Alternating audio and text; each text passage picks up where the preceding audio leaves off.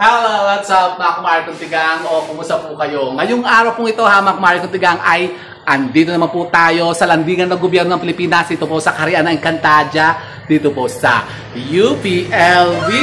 At yun po mga kumari kong tigang ay ito.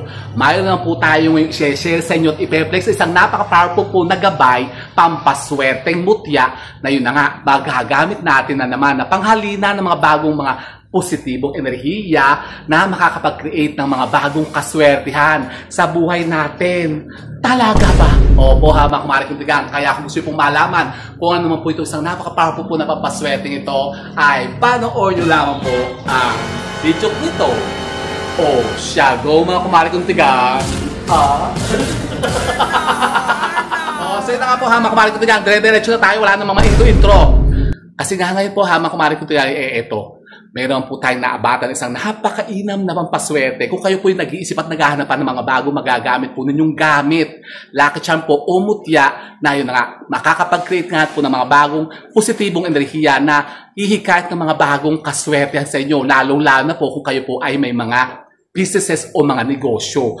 Ano yan? Kasi tayo po meron naman pong naabatan nito. Mga kumari ko ito po mainit-init pat. Ito'y kararating lamang ang ipinadala sa atin po ng ating mga kaibigan ang tingero na isang napaka-powerful po na mutya na tinatawag po na mutya ng lansones. At ito po yung tatlo ngayon na magmamagik. Ayan. Oh! So ngayon po mga kumari ko dito nga tayo sa ano ba itong lugar na to? Direk, ano ba to?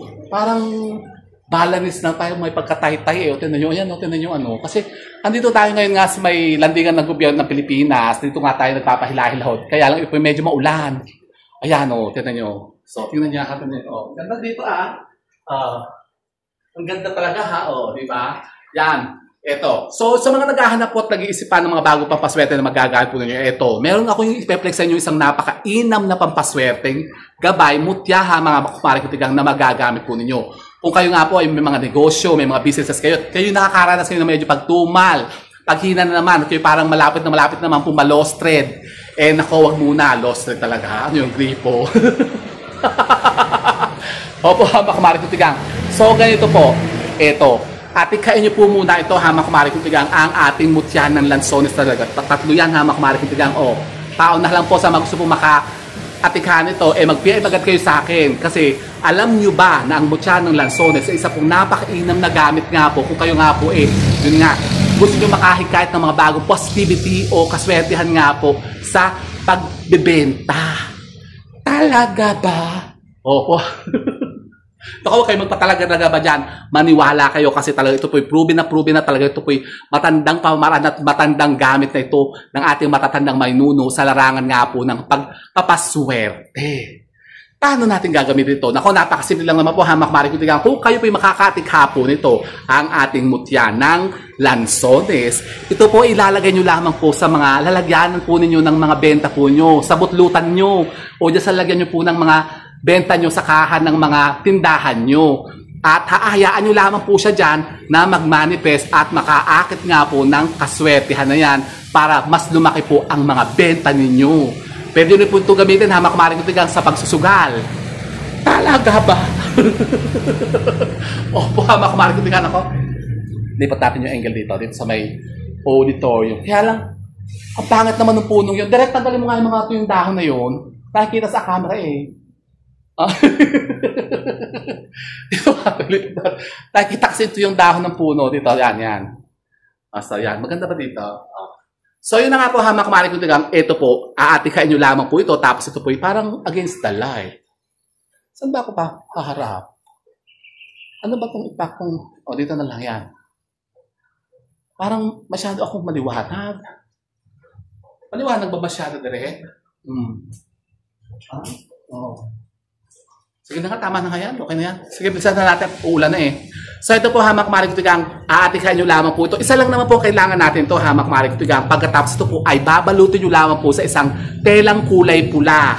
Pagkatapos ito po ilalagay nyo lamang po sa mga lalagyan po ninyo, mga benta po ninyo, sa tindahan po ninyo, sa kaha, sa cash registers, o mismo sa mga bag po ninyo, kung saan kayo nagtatago ng mga kinita nyo. Tapos, hayaan nyo lang po siya dyan, hamak marik tigang. Pero wag nyo po itong ipapahawak sa iba. Kailangan kayo lang pong nakakaalam po ito kasi baka pagka nakita ng iba, katulad ng isa natin na subscriber dito na naka-order sa atin ito, yung kanyang mga mutya kasi, ninanakaw ng mga, mga kompetensya niya, yung mga Muslim. Kasi siya po kasi nagtitinda ng kwek-kwek. May pwesto siya, sila, dikit-dikit sila doon. Ngayon, nung una, nung naka-actikha siya ng mga ganito, yung mutya ng langka, mutya ng lansones, yung ating corazon de Jesus, tapos pinapa siya nung, yung mutya ng tubig, ang ginawa po, nainggit yung mga nainggit yung mga kakompetensya niya. Yung kalaban niya do kasi siya yung pinupugigi ng maraming benta. Nung nalaman na siya pala may mga ginagamit mga ganito, ayun, pinag-interesan yung gamit niya. So, doon niya ilalagay kasi sa arinola niya, yung kulay pulang arinola niya, doon niya kasi ilalagay yung mga benta. Ngayon, pagka yung nalingat siya,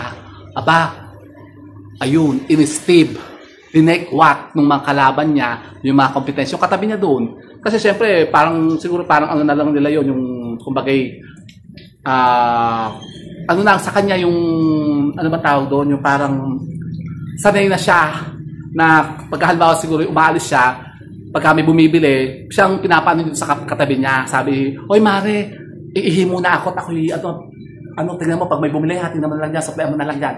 Ayun, pag alis niya, nung bumalik siya, wala na. Kasi na siya, yung kumbaga parang, siya, yung, tawag doon, direct, at parang yung, mo na yung tao, yung parang trusted mo na. Direct! Yung parang tiwala ka na, yun. Ayaw naman kasi si Direct. Ayaw, di ba? Direct, ano ba? Yun. Kasi ganoon nga po, hamak kumari ko, siguro siya tiwala na sa mga kasama niyo doon, sa mga kasamahan niya doon sa nagtitinda din. Ngayon, sabi siguro, teka Mars, okay, pupunta muna doon sa tindahan, ako may bibili doon, okay, iihi muna, siguro gano'n. Sabi, bahala ka na muna dyan sa paninda ko, suklian mo na lang pag may bibili. Di yun, iniwan niya yung kanyang ganito, yung kanyang mga mutya, ayun, nakita doon sa kanyang buklutan, doon sa lalagyan niya ng mga benta niya sa arinola, ay dinekwat ng mga kasamahan niya doon. Tapos ngayon, nang hina na yung kanyang negosyo ulit, tapos alam niyo ang nangyari, ang lumakas ang benta, yung katabi niya, yung kanyang kakompetensya. Tapos ngayon, hindi na siya parang kinakausap, parang nilayuan na siya. Ngayon, siya po ang nangyari sa kanya, nalugi siya. Kasi naagaw yung bertud ng swerte ng mga mutya na kinuha niya sa atin. Kasi di ba sabi ko sa inyo, 3 lang po paraan niya para kayo po maakit nyo o makuha nyo yung mga bertud ng mga sinasabi, mga kaswerte natin, mga ginagamit natin. It's either yan po ay 1, bibilhin po nyo, babayaran po nyo, o palilimusan po nyo. Number 2, yan po ipamamana sa inyo ng kusa o pagkakalob sa inyo. O number 3 po, yan po ay nanakawin ninyo. Kailangan nakawin nyo yan ng kusa. Talaga ba? O aagawin nyo, nanakawin nyo yung mga ginagamit na papaswerte para malipat sa inyong bertud. Napakasama ganun talaga bakwarin ko. So ganun siya, iniwanan niya yung kanyang bertud doon, yung mga pampaswerte niya, nakuha nung mga kasamahan niya doon na nagbebenta rin, nagtitinda rin. So ngayon, ang pumapaldo, yun ang kapitbahay niya, yung kanyang kasamahan doon, yung mga kompetensya niya. Ngayon, siya ang nalupog. Nalugi na siya at ngayon po, nagsara na siya. Kasi nawala yung mga ibinigay ko sa kanyang mga pampaswerte, yung mga kinuha niya sa atin na mga gantong mutya.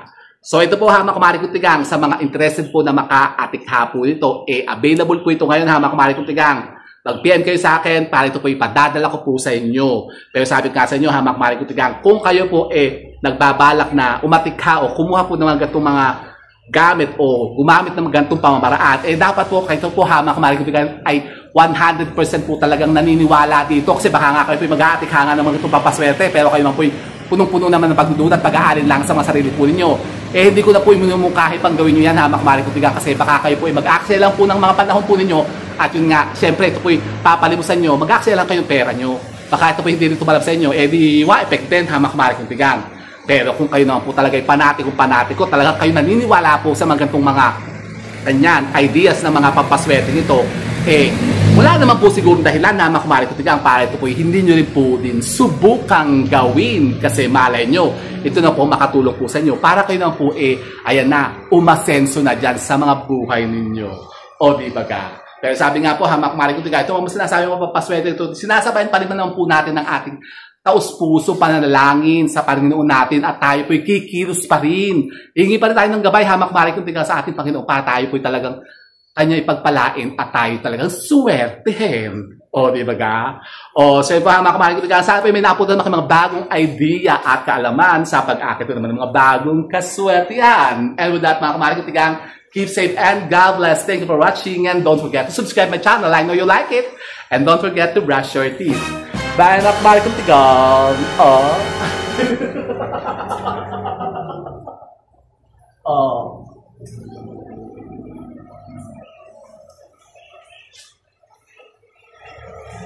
哎呦我的妈！